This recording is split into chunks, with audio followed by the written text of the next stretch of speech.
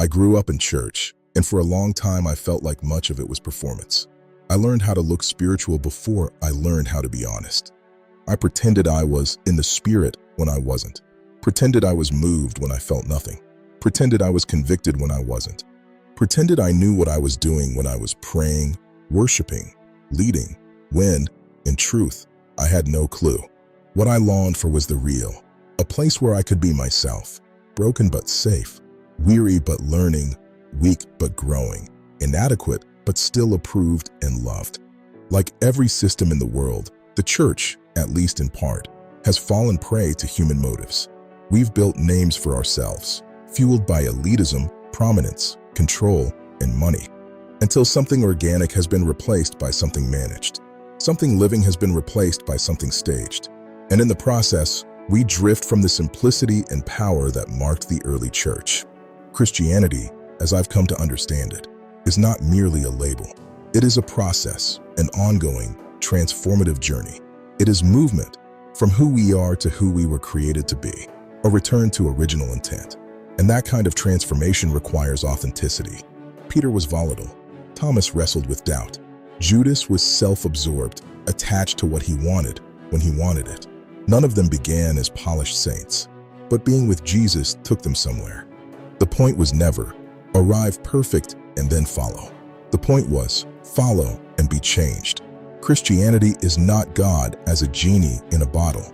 It is not a religious cushion guaranteeing a favorable afterlife. It is an agreement to be transformed. That transformation starts with honesty. Honesty with ourselves. This is where I am. This is where I struggle. Honesty with God. Lord, I cannot seem to overcome these things.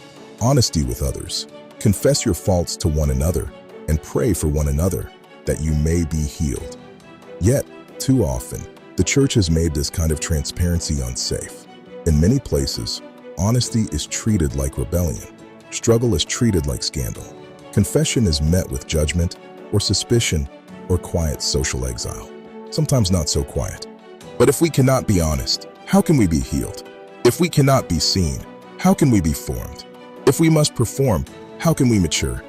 I long for a version of Christianity where we are real enough for the process to work, where spiritual transformation and maturity are not ideas we applaud from a distance, but realities we enter into. When the disciples first met Jesus and saw the miracles, they had no idea who they would become. They didn't know that meeting Jesus was only initiation. A few years later, these same men were healing the sick, raising the dead, and living with a kind of faith that defied categories. The church was not built on spectatorship. It was built on participation, on apprenticeship that matured into embodiment. And yet, so much of modern Christianity gets stuck at the first meeting. We meet Jesus, celebrate the moment, then live as if our role is to stand on the sidelines and watch for the next miracle, without ever going beyond initial encounter into sustained transformation. Are we bold enough to move beyond the outer courts and into the Holy of Holies, into that place where communion with God is not a concept, but a lived reality?